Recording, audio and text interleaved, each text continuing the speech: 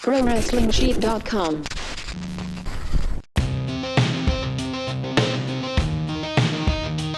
Welcome, everybody, to a brand new episode of Collider Body Slam Raw Recap. It's been a heck of a weekend. A lot of NFL playoffs, a lot of stuff going on, a lot of stories breaking in the world. And NXT UK TakeOver happened over there in Blackpool, England. And I watched that my whole Sunday night as I was packing up my apartment. I am Are you officially moving? I'm officially moving. I am John Rocha, joined as always by the CEO of the Pro Wrestling Sheet over there, Ryan Satin. How are you, man? I'm doing great. Where are you officially moving to? Well, can you say that? Is that weird? I can't say, but for your not address on right, here. Exactly. It's 442. No, I'm joking.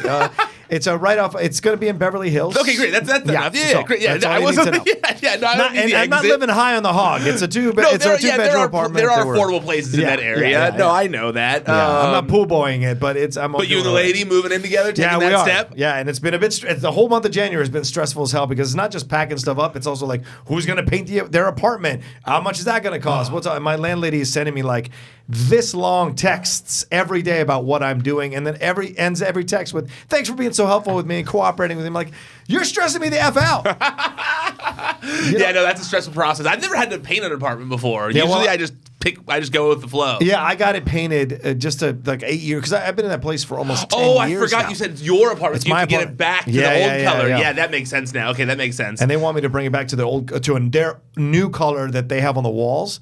And so they're like, we'll pay you the difference between what the color was before and the color is now. We'll pay you the difference in the paint. And I was like, that's a headache. Oh my God, that's a headache. Yeah, it's very annoying. Before we get into the wrestling, how long has it been since you lived with a lady?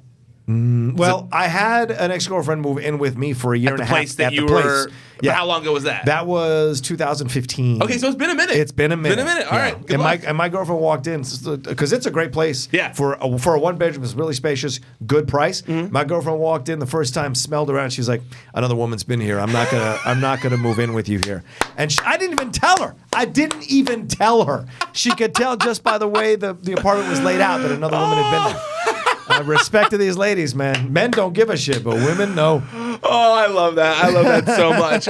Okay, well, for those of you listening to the wrestling talk and not the significant other talk, I apologize, but I didn't know all that. That's great. I love it. I'm sure you guys all enjoyed it as much as I did, though. But I am excited to talk about this, Rob, because I have noticed a lot of differing opinions about the show. Mm-hmm. Some people really liked it. Some people really hated it still. Yeah. And there were certain segments that were very polarizing, it seemed to me. Like some people loved them. Some people really hated them. Mm-hmm. And I think a lot of it has to do with Alexa Bliss and Otis are two of the main talking points, which we will get to. Sure. But I just, for you guys watching, I still don't know exactly how Rocha feels, but in the office, I kind of just said to him, like, hey, well, we're just briefly, what was your thought about these two things? And right when I heard his initial reaction, I was like, all right, we're going to have a good discussion today. So I'm excited about the show. We'll get into that later. What do you think right off the top of the Vince McMahon stuff, though? I love Vince being part of any show is exciting if you know how to book Vince on your show. True, yes. And Vince knows how to book himself on the show. This whole beginning... He knows his own strength. He does. He really does. He will have an occasional misstep, but it's rare. But with this, you had Strowman come out, start making his stuff. Corbin comes out to interrupt him, and then he chases Corbin out into the parking lot, and then he destroys the limo, or at least one of the windows in the limo. First he throws a Singh brother. Oh, right. He throws Singh tossing. The Singhs did not have a good night. No. Overall, not a good night for the Singhs. And he goes out there to that limo, destroys the window. Corbin pops up from the other side and then runs off. And then strangely, Strowman, who's been chasing him the whole time, says, "You better run." I'm confused by that because I was he was coming a little after confused him. by that. But it was worth it just to have Vince pop up off frame, onto frame on the side there and be like, what the? He didn't say a word. He just looked around. I did think it was a weird to put a commercial break right there. Yeah, that was strange. I didn't quite understand because as I understand we're watching a TV show, but when you're watching wrestling or WWE specifically, like you're supposed to be suspending your disbelief, right? So we're supposed to be thinking that this is in real time. Like even when you're at a show, like and the wrestler walks out to the ring, they keep playing their music during the commercial. They do, or they'll turn it off and then they bring it right back on. But like they still kind of play into the crowd. Yeah. So I just thought in my head like we're supposed to believe that Vince McMahon and Braun just stood there staring at each other for or whatever. Like then he came back or. It was confusing to me, but I did like the segment as a whole. I agree with you on the Corbin thing. I was like, wait, but you got there to him. You found him. Yeah. Why did you destroy the car when you found him? As soon as he's running away, throw the pipe at him. Hit him in the back of the head. Just toss it at him. That just makes the most sense. Are you an animal? Are you a beast or not a beast? I love the inconsistency sometimes in WWE's fining process. Sometimes it'll be $500, like when Brock beat up Randy Orton at SummerSlam or whatever. Right. Or sometimes it'll be $100,000 fine for a limousine that is clearly not worth $100,000. No. That's like a really expensive car. It's one door. It's one door. You can replace one door for less than $100,000. Well, he also fucked it. But the mirror's part of the door. Mirror's part of the door. But the side mirror is expensive. The side mirror is like $200. It's a little more expensive. I've learned from experience fair. that the wiring, sometimes because of the mirrors now doing like that, costs a little more. Okay. I know from when I was in high school, I had a hanging side mirror for a long time on my Jeep because I was not trying to pay for that. But which I'm shocked I never got pulled over for. But it was always just hanging there. It was hanging. But but yeah, no, I like this segment. Clearly, at least in my opinion, even though they had Braun come out and say like that he's good to go, clearly they wouldn't pull him from the match unless he hadn't been cleared yet. Right. I'm working on it and trying to figure out if that's the case. But I mean, that seems like the most logical reasoning that he's not cleared in time. Yeah. And it's interesting to me how some of the most interesting matchups of the past couple years in WWE, at least on pay-per-view, like big marquee matches, because I feel like we are kind of robbed sometimes of marquee matches of like, oh man, we all really wanted to see those two guys go against each other and didn't think it would happen. Right. A lot of times that ends up happening because of circumstance based on injury or illness or something like that. And I feel like this is another one where it happened again, where like Braun versus Brock has clearly been the plan for a minute. Yeah. And in my opinion, we're getting a much more interesting probably not the main event, but much more interesting match at the Royal Rumble for the Universal Championship now. And we're going to get to that, obviously. But so I find that interesting. Do you think that they pulled him out of the match in a believable way, in a way that was that you had no problem with? Here's what I would say. I'd say it worked because Vince is the head of the company still. So you mess with his limo, blah, blah, and then you complain about the $100,000.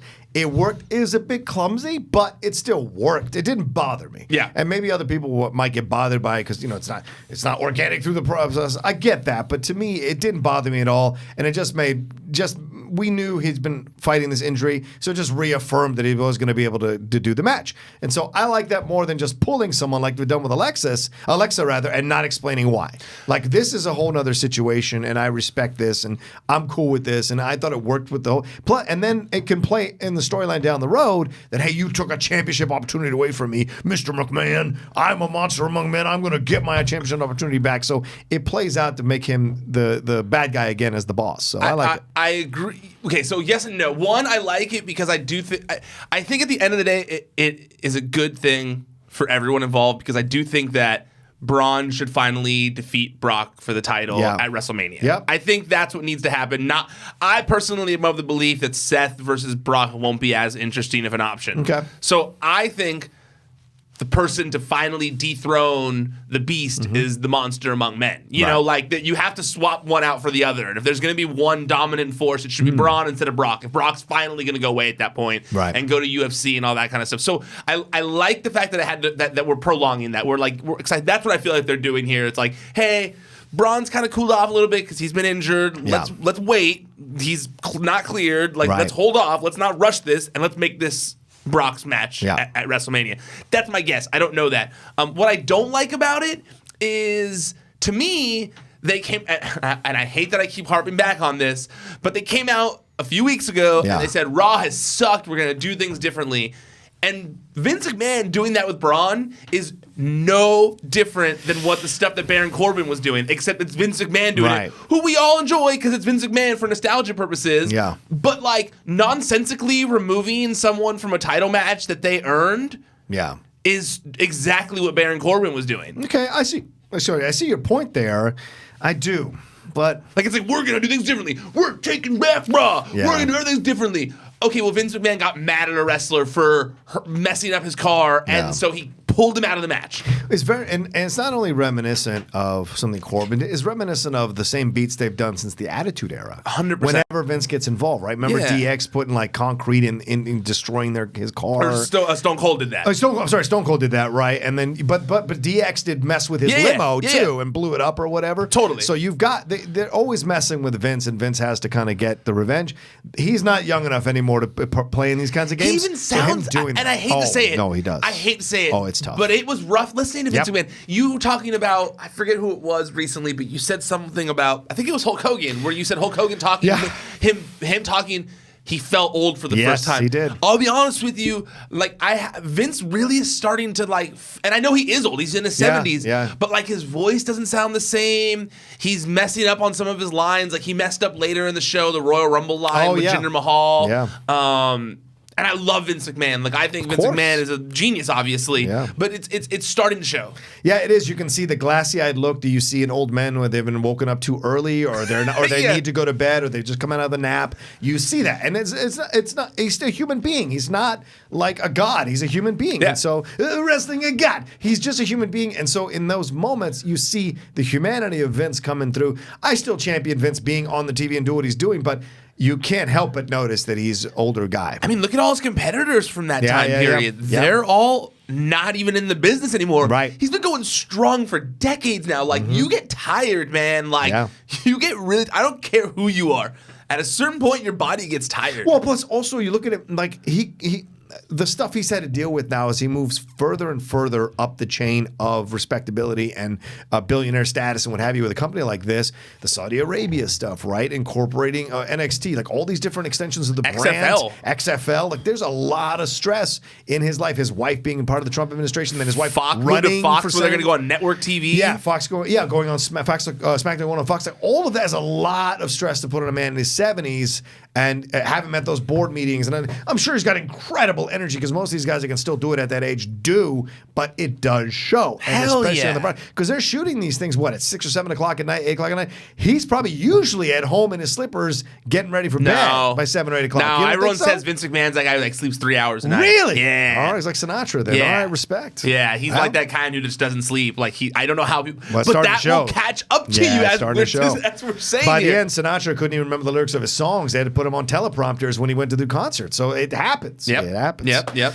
All right, well, let's move on so he's out, and we'll find out who's going to be. We're going to find out later on. Ronda Rousey and Sasha Banks teamed up against Nia Jax and Tamina Snuka. Thoughts? Well, one thing I thought while I was watching this match is I respect the hell out of Ronda Rousey continually updating her arsenal. Like, a lot of times, like, someone like her could rest on her laurels. Like, someone like her could coast. Cena. 5-move Cena. Yeah. There are people like that. Before there was changes. Like, I love Cena's a great wrestler, but Cena has most certainly relied on the same moveset. He has tried to update it in his older age. Like, even last night, I saw him doing some stuff. Rope? Yeah, off the top rope. Yeah. Although he has tried to do that leg drop off the top rope. He has done a leg drop off the top rope before. There was another move that I saw him do. Oh, it was that... The DDT off the top rope where he did like the jumping. Is that the one you mean? Yeah, that's when he did like the jumping DDT off the top rope. The what's it called? The Hurricane Rana? No. The DDT. What's that called? The spinning DDT. I'm blanking out the name, but you guys all know what the hell I'm talking about. Yeah. Tornado DDT. Oh, there it is. And so, but from the top rope, it was cool looking. Yeah. But Ronda very easily could rely on the same set of moves, and I really enjoyed the fact that she seems to be updating it. She seems to be, when she is on the house shows, she seems to be working on certain things, adding things to her arsenal, tightening things up, making things a little bit better. So I appreciate that. I like that aspect of things. I also liked the idea of pairing them up. I think that, because Ronda showed so much respect for Sasha Banks. Yeah. And Sasha didn't show back. I think this was actually, for the first time in a long time, one of those times where they did like the people feuding have to tag team together, where like it wasn't dumb, like where I actually kind of liked it. I liked it because they were both kind of like one-upping each other. Sasha Banks feels like she's got something to prove. And then on top of that, they had that ending segment, which was awesome. Yeah. Like, I thought that was probably one of the best Sasha Banks promos in a long time that they've let her like just kind of be Sasha Banks, like be the cocky Sasha Banks that she is, and just throw it in Ronda Rousey's face of like, yo, you said that stuff about me, I didn't say that stuff about you. Like I like that cockiness about Sasha Banks. I really liked this segment. I liked even during that segment, I thought that there was really great acting going on from Ronda Rousey too. Like, I know, and maybe you don't agree, maybe we're going to disagree here, but as someone who at least tried to act before, I could see in Ronda Rousey that she was acting like she was having this internal struggle where between Mark and Champion, where she's been this wrestling mark for so long now that she's loved Sasha Banks. I mean, if you've seen there's a video that went viral on Twitter. A bunch of people shared it. I shared it as well, or I retweeted it as well, where it's from Ronda Rousey's YouTube channel, and it's her just marking out over the fact that they're booking her against Sasha Banks and that's the match at Royal Rumble. And it's her just being like, man, this is so effing cool. Like, she's totally cussing. Like, this is so effing cool. Like, I am wrestling effing Sasha Banks, the coolest. She's like totally marking out. Yeah, it's great. You should watch it. It's really cool. I'll send it to you. But I liked that in the segment that was on Raw, it was like she was, at least in my opinion, you could see that she was struggling with the fact that like she wanted to be homies with Sasha Banks, but at the same time, like, she had to be tough. And so she like said something back. I forget what it was, but she kind of like, it'll be an honor to beat you. She said something, but yes, she said something. No. She said, tap you out? Did you say my greatest? Maybe it was it'll be an honor to beat you. Is that what she called her a sore loser? It'll be the strongest accomplishment. It'll be the greatest accomplishment I've done to this point would be to beat Sasha Banks at blah, blah, blah. Defend my title. I forget but there was one line where she said it and then instantly looked in her face like she regretted it. Like, she like was like, oh no, I'm sorry. Like she said it because it's like her natural reaction of like, bitch, I'm Ronda Rousey, but then it was like, oh, but wait, that's Sasha Banks, and it was like, I liked that internal struggle there, so much so to where she chased her down, like where she like did the tough thing, and Sasha, went out, and then she was like, oh no, what am I doing? It's Sasha Banks, like I love her, and she like got out of the ring and went and talked shit. I think that was really good seeds for the beginning of the 4 Horsemen versus 4 Horsewomen stuff. That's for sure. But it seems like then what they're doing is they're turning the 4 Horsewomen, the original ones, into heels. Which I'm cool with. You're cool. Well, how are they going to make Bayley a heel, man?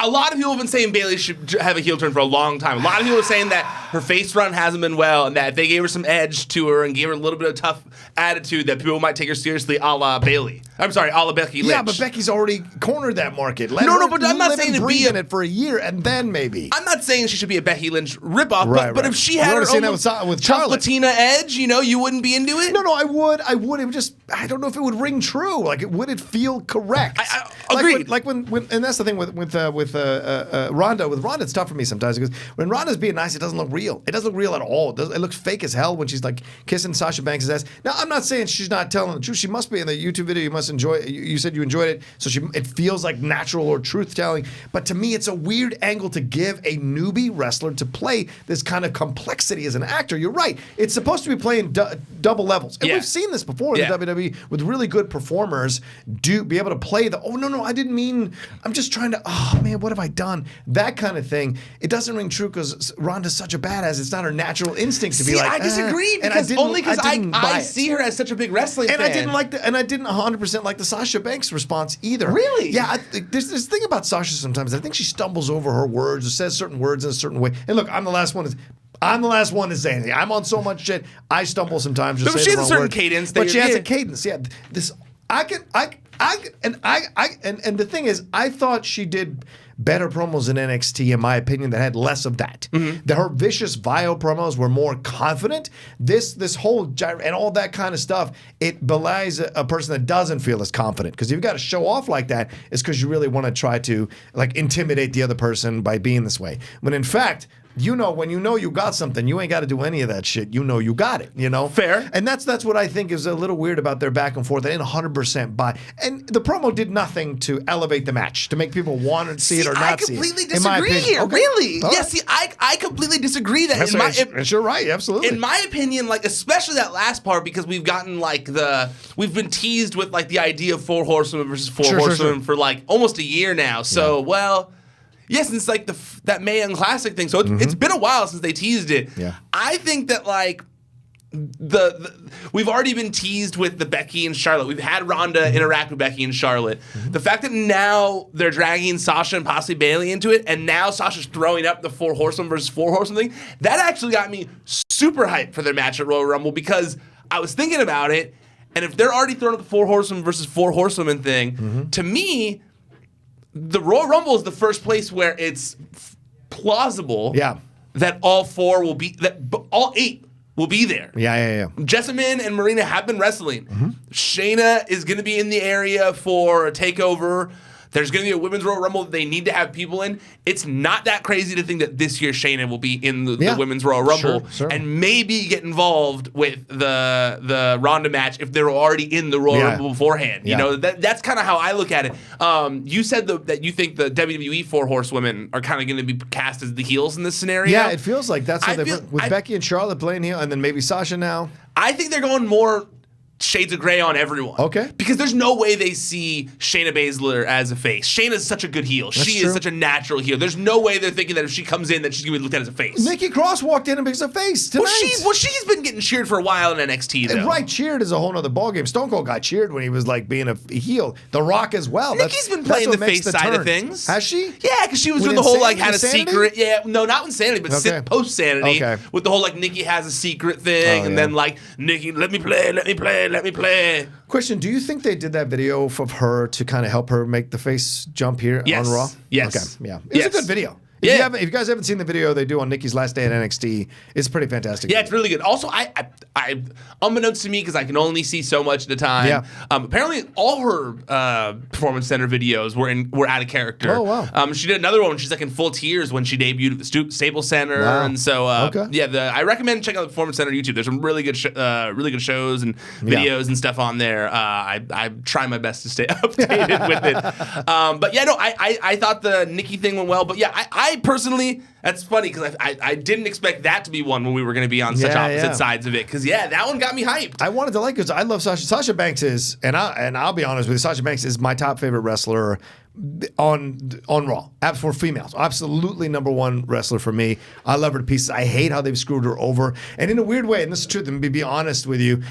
As the guy who's won titles in the Schmodown and lost them right afterwards, I feel like a kind of a kinship with Sasha because Sasha wins these belts and then loses them in the next match afterwards. It's a tough cross to carry. So to see, I find a kinship with Sasha even more because of that. Of course, she's booked to lose them. I actually legitimately lose them. She's booked to lose them. So that's the situation. But I feel a kinship with her, and so I like champion her coming back into the main event picture. Do you see her beating Ronda? No. Yeah, right, exactly. I don't think so. But I hope it's a good match because, like, Alexa Bliss got destroyed by Ronda. So, logically, so should Sasha. No. In my opinion. Alexa is just as powerful as Sasha. Are you kidding? Are you kidding? Let's do that the whole time. For like 5 minutes. Are you kidding? Just back and forth with the head and do it too. No, I mean, no way. Sasha Banks is like... What? What are you? I know you love Alexa Bliss. I do. Alexa's a tough, strong, stocky girl. She has the strong legs. I don't mean stocky. I mean strong legs. She's like 5 foot something. She's not. Though she be but tiny, she is fierce. That's what I'm saying to you. But like Sasha's thin up top. There's not a lot of muscle there. So to me, I think they're the same. Is what I'm trying to say. You think Sasha's stronger than Alexa? Yeah. Wow. All right. I mean, I would think strength-wise, yeah. I mean. How about where's Bayley in this? Now I'm all confused, Rocha. Because I've watched Bayley's videos. She's been lifting a lot of weights lately. Bayley's pretty strong. Yeah, she's strong. Yeah. That girl's strong. I think Alexa Bliss, like, she's got a lot of good gymnastics kind of in her. She's good gymnast. Yeah. Strong legs for that stuff. Yeah, strong legs. But I think Sasha's more muscular than Alexa. Alexa's pretty small. Okay. I'm sorry, Alex. I'm sorry you had to hear that from Ron. I'm sorry. It's not a rude thing. She's more in shape than I am, for God's sakes. I should have never said stocky. That's a terrible thing to say. But I just meant that she's strong at the bottom with her legs and her lower body is stronger. I got what you meant. Yeah, let's move on before I get in trouble. All right, Lucha House Party took on the Revival. Hey, the Lucha House Party is still dancing around this thing. I don't know what they're doing with the Revival, man. Hey, things are going to be different on Raw. Let's keep booking Lucha House Party versus Revival matches. Yeah. And let's do the foot on the bottom rope thing to spark 100 times. Spark some kind of weird ass controversy. It was dumb. I mean, at least it went back to the Revival this time. I guess. So there be some sort of difference from what they had been doing. But it's filler, man. It means nothing. Agreed. That's how I feel about it right now. I feel like it's very much, it's not very meaningful at all right now. If you're going to be a filler match, be a damn good filler match. Were the tag team titles even on Raw last night? Nope. Yeah, Chad Gable and Rude. I just thought about it. They weren't even on Raw last night. And they had a lot of people that just showed up like, talking about title matches. Weird. Yeah, I didn't even think about that till right now. My favorite part of the match was I like that they had the Revival had the FTR on their trunks, like F the Revival, which was a being the elite trope. Yeah. So I found that interesting because I was like, that's weird, shouting out the Young Bucks at this point with the whole all elite wrestling stuff. I was a little surprised by that. I mean, I'm sure there has to be, like, I'm sure that can go by. That will go over the head of a lot of people, but not everyone. Yeah, well, certainly not Vince or Triple H. And someone's going to point it out at some point to them, unless it was a totally clear thing. I don't know. I just thought it was interesting. It has to be cleared. Right? You would think. They can't walk out in their tights with certain things on them. But do you think they asked for that? Well, I think you risk your job. I think if Triple H sees that or Vince sees that and understands what that means, and they didn't approve it, it's a conversation in the locker room. Oh, absolutely. Yeah. Because then that bleeds the other wrestlers. Go, oh, they got away with it. That's what was the big deal. Remember when we interviewed her hair red? Eva Marie. Eva Marie. When we interviewed Eva Marie, we talked about how she took that bold step of dyeing her hair. Yeah. And how it almost got her fired from coming before she even had day one in a ring. Yes. And so like you don't make those kinds of decisions without the approval. Yeah, that's fair. Did you watch? You didn't watch Total Bellas. The premiere happened. I did not. It's good stuff. Was it? Yeah, not allowed to say Cena's name on the show. They never said his name once. What? It's just my ex. My ex. Did he probably put a thing down like you can't say my name? It seems that way because when she pulls up to pick up her stuff from the house, she's like, because the episode she's crying about how she's like leaving. That's so weird. What? That's so weird. That what? Why do you have cameras doing breakup and all? So it's on the dash cam. It's like one of those kind of like a GoPro or whatever, you know. So she's filming on one of those, and she pulls up and she's like, "Well, I'm not allowed to film on this property anymore, so I'll be back." And she turns it off, and then it comes back on, and it's like 1 hour later, and it's her leaving, like crying and stuff. Wow. I mean, I get it. The reality show's part of her life. Like, I guess, but dude, filming your breakup and filming your going to get she didn't film her breakup, and Cena probably wasn't even there. Well, he might have been. That's why she was crying. He was like throwing shit out. Dan, take this, and take this. and take your Divas title. Who knows? But yeah, I don't know. It's weird to me. And listen, I've worked on reality shows. They rarely use the first take, people. So that's true. Let that be in your head. What you're watching from Nikki and Brie and all those people on those reality shows are rarely the first takes. They work it up and do the. I've been on a couple of reality shows. I'm telling you the truth. I went one 100% truth. Yep, you know the whole season. They make you do it over and over again. When I was on Laguna Beach for an episode, it was like me walking Steven to the train. He was going to go back home to Laguna Beach because it was like the first episode of the season. So it was like Steven going back to Laguna Beach, and because we were roommates at the time, and it was us talking. And I remember like we walked to the train. And we talked and we said some stuff, and then he got in the train, and then right before the doors closed, he hopped back out, and then like a producer came out of nowhere because I didn't even know where they were. It was kind of like one producer was way down there, was like, okay, walk there, do that, talk, go there. You won't see the cameras because there wasn't like cameras following us. They were like positioned in weird spots, and so we like walked. He did that. He hops out, and like a guy came up and was like, "Hey, so that was good, but maybe you could talk to Steven about this. Just try talking about this." Yeah. Like, what? You're like, "Yep.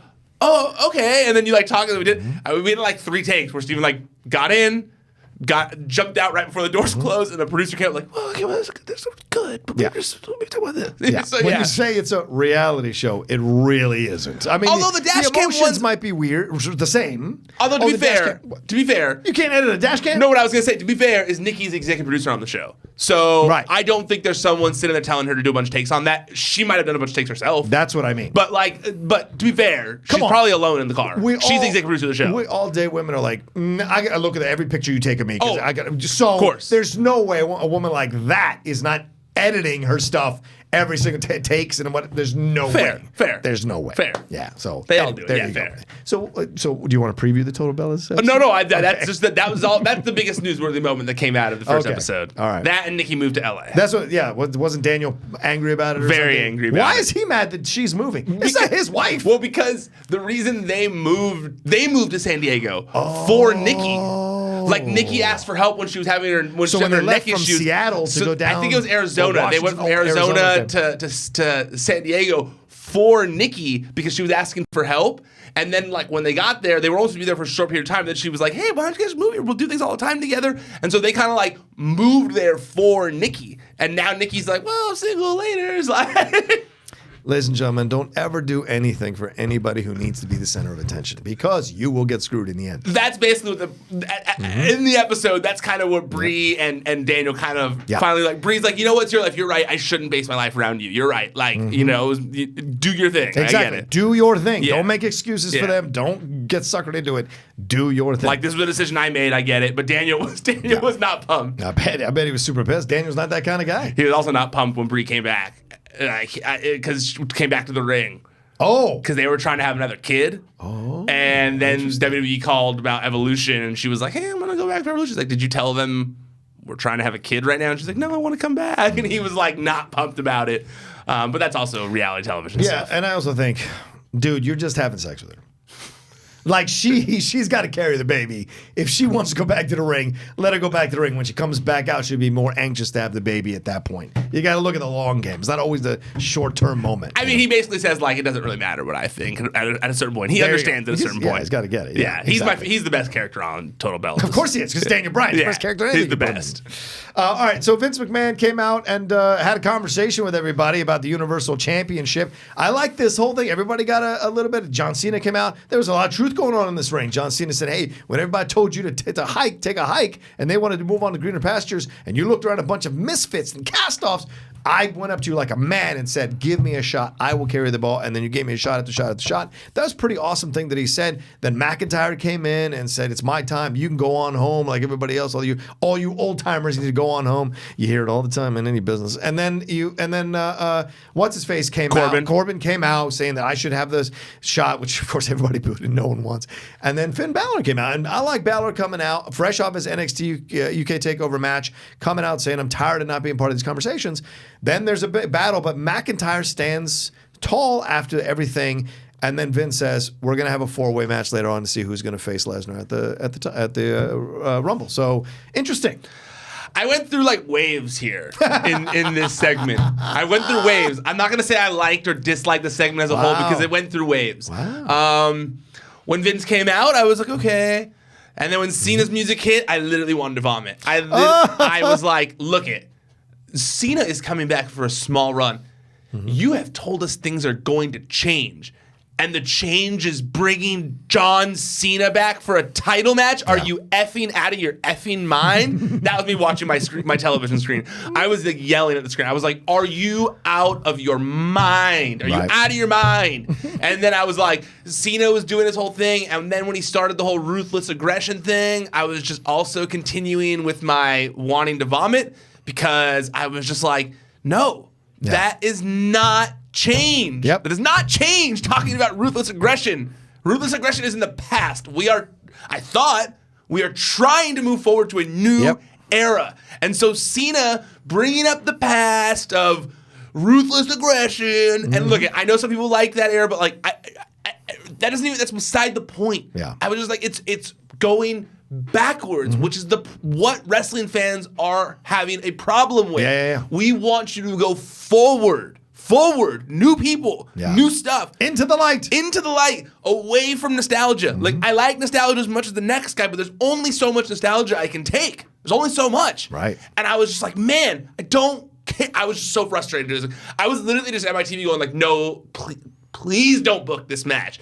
Then Drew McIntyre's music hit. Yeah. And I was like, okay, this is better. I'm good with this. Like, Drew McIntyre's, I handle this. Although, in my mind, I really don't think Drew McIntyre versus Brock Lesnar is that exciting of an option because they're both such strong heels. Yep. A heel versus heel match at a pay-per-view is not like it's never cool. Yeah, it's not going to be something that'll be enjoyable. As much as I like Drew McIntyre, like it does not seem like they are trying to turn him into a face. Mm-hmm. So there's no point in him beating Brock Lesnar, and there's really no point in Brock Lesnar beating him. Everybody loses in that scenario. Yeah, agreed. So I was like, great. I was hoping that maybe we're finally going to get just John Cena versus Drew McIntyre, and I was thinking, okay, here's where it is. John Cena's putting Drew McIntyre over. That's at least good. Because clearly Cena has come back and he's like, all right, fine. If you're going to make me go on TV, I'm using that time to put over people that I like. I'm putting over Becky Lynch. I'm putting over the person that we put over at the end of the main event. But that's how it felt to me. So I was like, okay, cool. Maybe he's here to put over Drew McIntyre. Feeling less gross about the scenario. Yeah. I love Drew McIntyre. I liked him getting in Vince's face.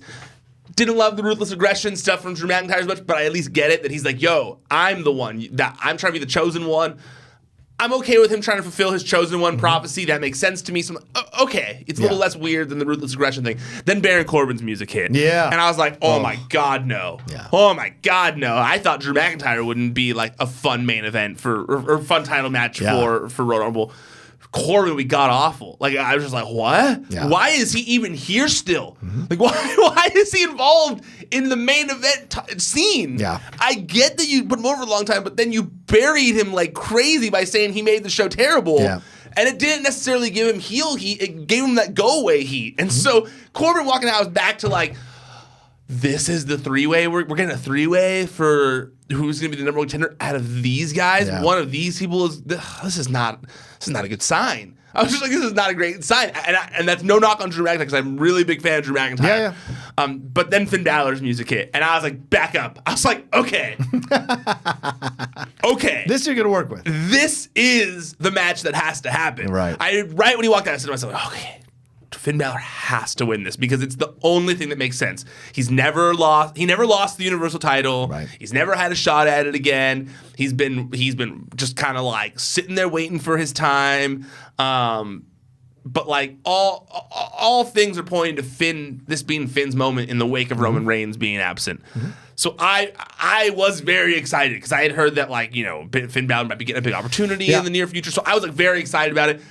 The stuff with Vince, loved it because that's all very true. Yeah, he did. I like. You never believed in me, Vince. Yeah, I like when reality is blended with fiction. Yeah. And I think they did that well. Of him being like, I don't really care. You never really had any confidence in me anyway because it's 100% true. And Vince says it. Look at all this beef in the ring. Yeah, you can handle all this beef in the ring? And I'm like, oh my God, we're having some real conversations now. That line cracked me up when he said, you think you can handle all this beef in the ring? Beef in the ring? I just cracked up. That was so good. Vince talking about all this beef in the ring and talking about scoops earlier in the night when he's like, you want the scoop, Charlie or Dasha, whichever one it was. I forget which one it was. I love that. I liked it. Shout out, by the way, shout out to all the ladies getting bobs in the WWE. They all, like Charlie, Ruby Riott, I think Renee. It's a popular look right now. They all got the bobs. It's popular. So I liked the whole like, you think you can handle all this beef? But I liked... I didn't like the AJ Styles Vince encounter when Vince got punched by AJ Styles. I felt, man, from watching this segment, that should have gone to Finn here. Yeah. Because AJ didn't need it. His character is so firmly established, they've done nothing really from it since. Yeah. Except for like one backstage encounter. Yeah. Finn could have really used that punch to the face to Vince because that would have the crowd would have went nuts for that. I also think, and this is what my honest feeling is about this, Vince is better booked to do his stuff on Raw than he is on SmackDown. SmackDown is a younger show. SmackDown can't use Vince. It doesn't need Vince. It didn't need him, yeah. Raw needs Vince. Yeah. Because Raw books like an older style show, whereas SmackDown is quicker and faster paced and younger and everything like that. And so Vince doesn't fit there. And so that's why I've always enjoyed him more on Raw versus SmackDown since the comeback, I guess. Since the comeback, I'm not always, but since the comeback, I like him better on Raw than SmackDown. Agreed. He just seems more fit there. So yeah. Yes, no, absolutely, 100%. And I liked that this segment did end with Drew McIntyre on top, at least since he's not the one who ended up winning, because it did make him look good as well. Agreed. All right, let's move on because we only got 15 minutes left. uplifting the show. Sorry. Nikki Cross, Natalya, and Bayley took on the Riot Squad. Just your thought about Nikki Cross making the debut like this, because it didn't say that they're going to go one way or the other. She could be on SmackDown as well. But Nikki Cross's debut on this, did it feel clumsy? Did it feel right? And did Ruby seemed a bit out of it throughout the whole match. It was a little weird to watch for me. I didn't get that vibe as much, but maybe I wasn't paying as close attention to it. When she was getting beat by when she's in the tarp or whatever, she was just like... You don't feel like her heart was in it? She wasn't giving any kind of thing. And maybe it's because here comes Nikki to take a little bit of shine. Ruby's trying to build up. Maybe Ruby's upset that they're kind of pushing her pushback by having her lose here in this match and her Riot Squad. I don't know. I mean, I don't know that, but I will say that I think that it was... All the call-ups it was oddly done. Yeah. I think that it was weird to say, we don't know where they're going to debut yet, but we're going to show you on all the shows. Like, why? Yeah. I didn't get it. I didn't really understand that point, because it's like, why not just say, hey, we watched them on the WWE. It almost feels like nobody in the WWE is supposed to be familiar with these people. Yeah. And I don't understand that.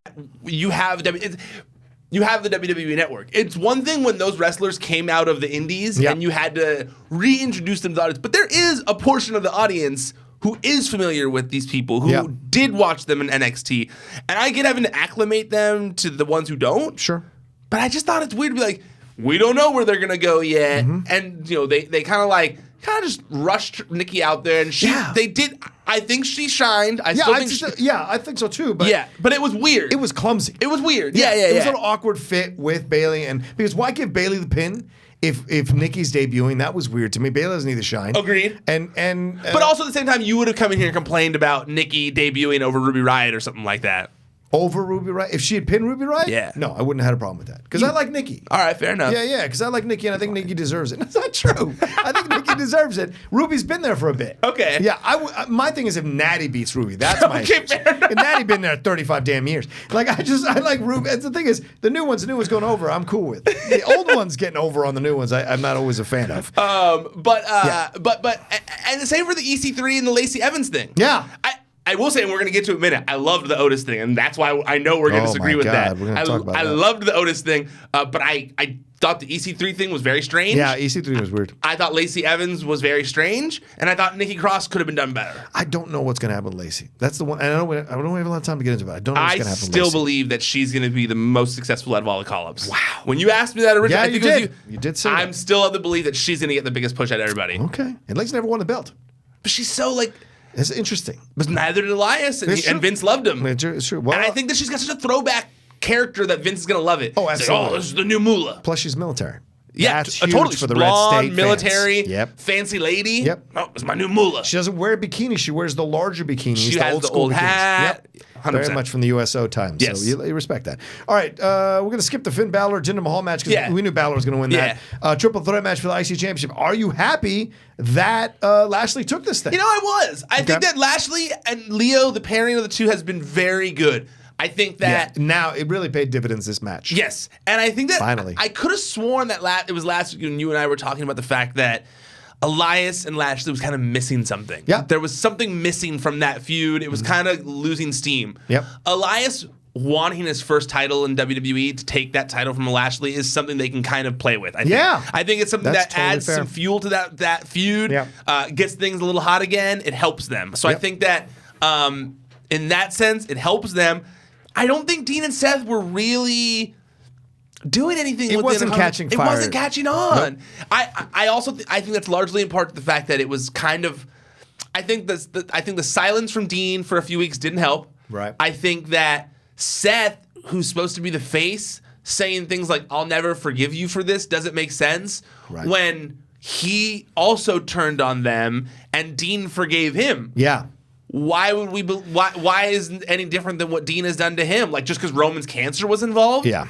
Well, come on. And the thing is, they rushed that breaking up, and they rushed that whole heel thing, and they rushed it, and giving them like Lashley to fight, and them coming together to fight Lashley.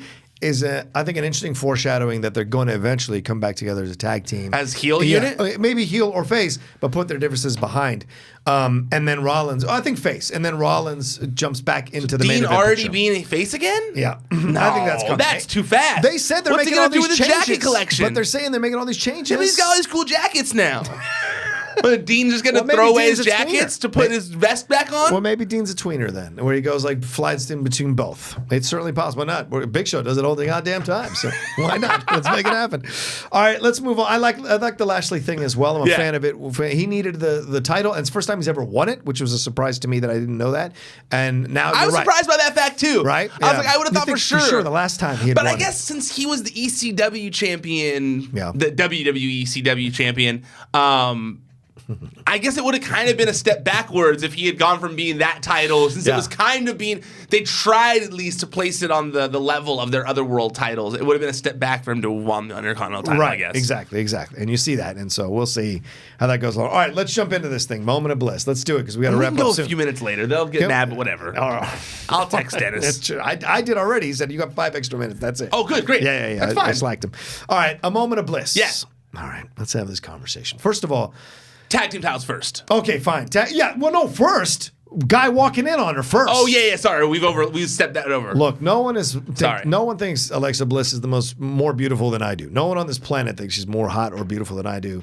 But I didn't like this moment because this is going back to the Attitude Era where they had the Divas title, they had the TNA matches, they had the Braun Panties matches, and this felt weird to have a guy walk in.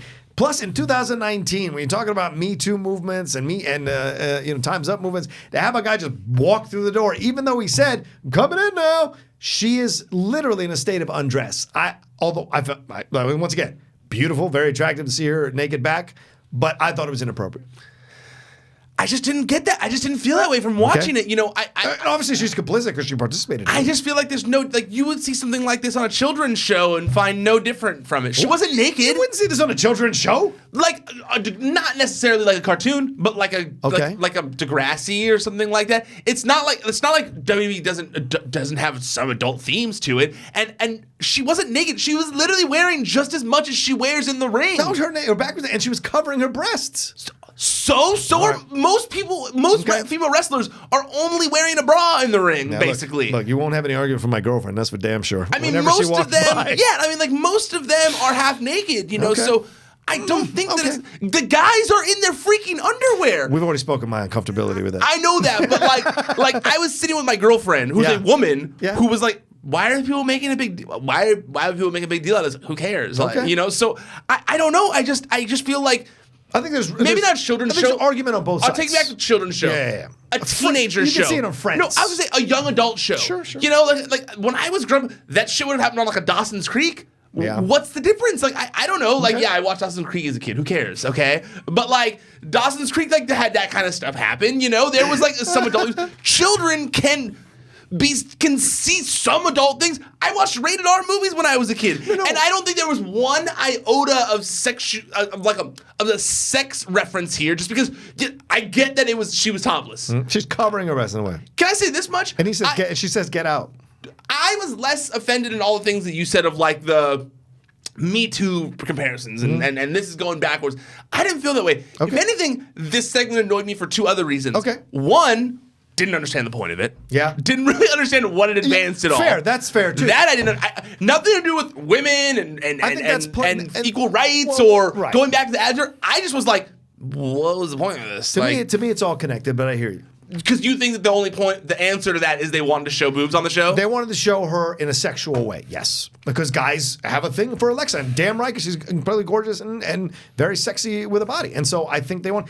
And Alexa agreed to it, so I can't 100% For what I've been told, it was Alexa's idea. Oh, okay, even better. For what I was told, I heard from the source guess. that it was an Alexa thing that she was trying to do a little bit of a tribute to Trish Stratus because it was a thing Trish Stratus done back in the day. She's a big Trish Stratus fan. All right. So from what I heard, it was a thing that she wanted to do. Okay. It was not a thing that was pushed on her. Okay. That being said... Then it's an empowering move by her giving tribute to an older wrestler, respect on that way. That being said, however, if I were a producer on the show, I would have said no because I don't understand what point, what it helped forward at all. All it does is make guys, get attracted or horny for her, which and they then already follow kind of her are. Instagram and whatever. Yeah, but they already are. It's not like that. She's like I said, she's wearing the exact same amount of clothes. It's like the Mandy thing. The Mandy towel thing wasn't anything special to me because she was wearing more clothes than she wears in the ring. I thought that was funny for the insinuation. I thought that was good. That was well done. Totally. So I think that with the Alexa thing, I didn't get to my second thing that I didn't like about it.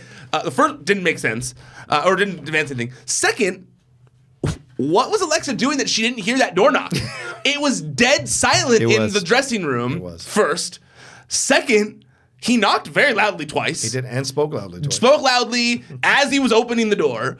Third, she didn't have she could have just had AirPods in. Sure. And taken one out and been like, didn't hear it. Would have felt less weird about the whole situation.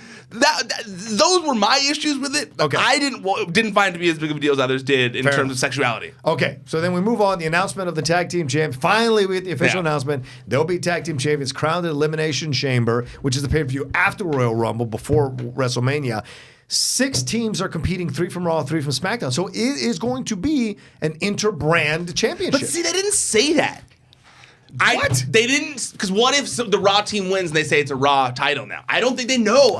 Okay. It feels to me like they finally got the belts at Raw and they were like, those look good. We should show them on TV tonight. Mm-hmm. Well, what's the plan? Well, we'll put this together. We don't really know yet 100%. Okay. That's the vibe I got, because it was also like kind of wedged in there out of nowhere. It was kind of like random that she was unveiling it, especially because she's not in charge of the women's division anymore. So I didn't understand why she was the one unveiling it. This whole show is stupid. There was just a lot of things that moment of bliss. Not connecting from the past or whatever. Right. I thought the belts looked cool though. Yeah, belts were great. I do hope they are interbrand. I think that's a good idea. Mm-hmm. However, with the interbrand thing and these call-ups where they're being like, "Oh, they're going to be on both shows," this makes me think the brand split is over. Is going to be gone soon. I think it should be too, and it's probably from the SmackDown, the Raw anger at SmackDown. I think everyone talks about how SmackDown is great, and Raw doesn't want to feel like a redheaded stepchild again. I think it's that partly, and the Fox deal. I think that if they're going to be on network TV, they want to have all their marquee people on SmackDown. Who's going to do? Yeah, that's a fair point. All right, so Otis came in and interrupted this thing. Look, here's the deal. I liked Otis coming in. That was funny. Him speaking gibberish is great. Certainly on brand for that character. His partner coming in and ushering him out.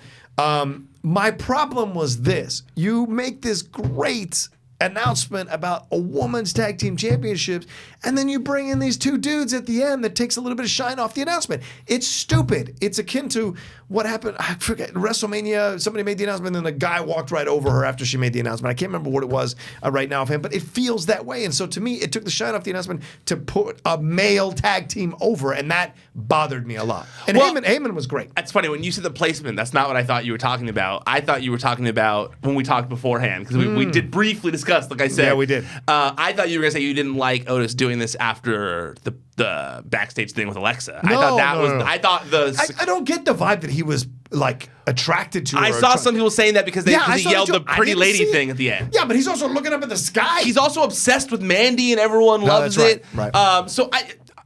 Okay, I'm glad that wasn't your reasoning for the Otis thing. No. I understand your point there, but I also think that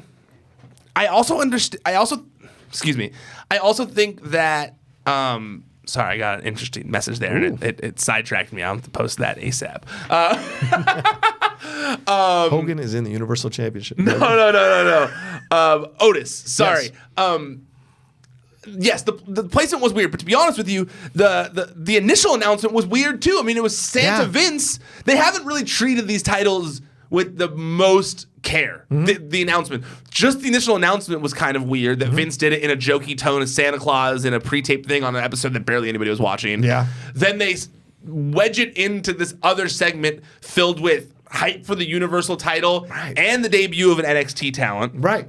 Why wasn't it in the center of the ring like they did when they changed the title over? Yeah. And took it away from being a Divas title instead of WWE Women's title? Or showing a big thing. Or showing like a package on like how it used to be a title in WWE and now they're bringing it back. Something like that. Why isn't Stephanie doing the presentation? It was weird. A lot of people say that Stephanie shouldn't be doing all the presentations. Look, I agree, but if you're going to... Consistency is my thing. Agreed. Yeah. But the Otis thing, the thing that bothered me so much of the internet reaction to Otis, everyone's going like... I saw a lot of people saying, oh, they're just making Heavy Machinery and Otis a comedy act. And I go, did you watch NXT? Yeah. They were always a comedy act. Otis. And you watch their videos where they're eating the meat and doing whatever they're doing. You watch anything that Heavy Machinery has ever done, they've been a comedy act. He does the worm. He says things that you don't understand, words that you don't understand, like Asa. He says, he does the weirdest things. He has never once been a serious character. He has always been a comedy character. Yeah. And I don't understand why everyone on Twitter loves when he obsesses over Mandy, thinks it's the funniest thing that he's obsessed with Mandy, but then he teases that he might be obsessed with Alexa now, so they can do the same thing on television. Because Mandy's preoccupied, and this gives something Alexa and Otis something to do. At least that's how I'm imagining. Maybe is that fun obsession with Mandy is now going to be turned into Alexa because both need something. Alexa needs something to do. Right. So I don't understand why everyone was so mad at her. I thought it was great. I thought it was the perfect way to introduce Otis because he's such a what the fuck kind of character. Yeah, but I don't think it works on Raw nowadays doing this whole thing where he's like stalking Alexa. That's a 90s thing, man. But why? What's the difference in the Mandy thing on Twitter that everyone loves? Well, the Mandy thing was on NXT, wasn't it? No, it was just on Twitter, and he always talks about how much he's obsessed with Mandy. He literally calls Mandy his girlfriend or his wife, and like she's in on it, right? Like when Celeste. So is Alexa. Do you think she'd be okay? All right. I'm just saying they're actors. I mean, it's not like. Well, sometimes you have to understand about the bigger picture, right? And I don't want to seem like social justice, whatever they want to call me this week is SJW. Like you want your snowflake, snowflake or whatever. I'll break your neck. You call me a snowflake. This the whole idea of like, well, you know, it's Alexa's okay with it. Otis is okay with it. We're cool. Yeah, but they're also under contract. They also want to keep their jobs. Vince is an influential guy. So is Triple H. You got to look at the bigger picture. What's this perception that you're giving out in the world that a dude like this can like stalk Alexa? Him doing it on social media with Mandy. If Mandy's responding back and forth, it's social media. It's a playground. If you're seeing physically this stuff happening on a show, you're showing these young kids who watch the show that it's okay to act this way or that it's all right to do this thing. And yeah, you can say this now as an adult going, oh no, they'll figure. No, kids see this stuff because they're not formed in their brains to process this shit. And maybe I'm crazy here. Stalking a woman like this and maybe I'm crazy beautiful. But that's also part of parenting. Like a parenting. Oh, sure. Sure. Parents need to teach their kids the things they see on TV aren't how people should act all the time. Of course. I grew up glued to the fucking television, and I don't think that Pepe Le Pew is the appropriate way for a man to act. I know he's a skunk or whatever, but you know what I mean? Like I don't think those things. Like I don't think that I should be like Zach Morris, even though I loved him and I thought Zach Morris was the coolest. Yeah. I know Zach Morris, as they say on the Funny or Die thing, is a piece of shit. Like, you know, and so I'll take AC Slater myself. Yeah, I mean, I was always more a Zach Morris guy myself because he Kelly Kapowski, whatever. Oh, but I'll take Jesse. Yeah, good. Really? Yeah. Oh, yeah. Get out of here! In a heartbeat. Over Kelly Kapowski? No way. Oh. Are you crazy? You're off the show. Jesse's, no, I'm just kidding. Jesse's wild. Kelly Kapowski be like, okay, thanks. Jesse's a wild one. Get out of here. You're insane. You just like she's a liberal snowflake. You're going after the goody Mr. Goody Two Shoes. But who was in Showgirls and who wasn't? That's the end of the conversation. Way down the line, though, and I will say that Kelly Kapowski is still beautiful. They're both still beautiful. They're both still beautiful. But Kapowski still. definitely. Kapowski's amazing. Sure, she's beautiful. I love Kelly Kapowski. Sorry, Eric. We got 2 minutes. Sorry, but I just feel like I just feel like there needs to be some kind of like filter of parents being like, hey, this is a TV character. Fair enough. Not every TV character is a thing that you should be emulating. Agreed. All right, we got to wrap up. Finn Balor winning. You're happy about this? Very happy Finn Balor won. As I said in the beginning, it's the most interesting possible title match for Royal Rumble. I agree.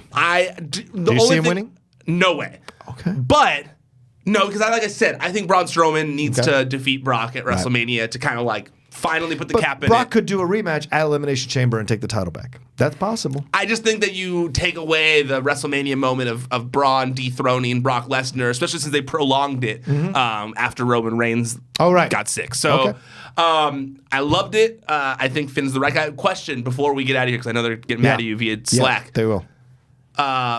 Do you think it should be the Demon against Brock? Yeah.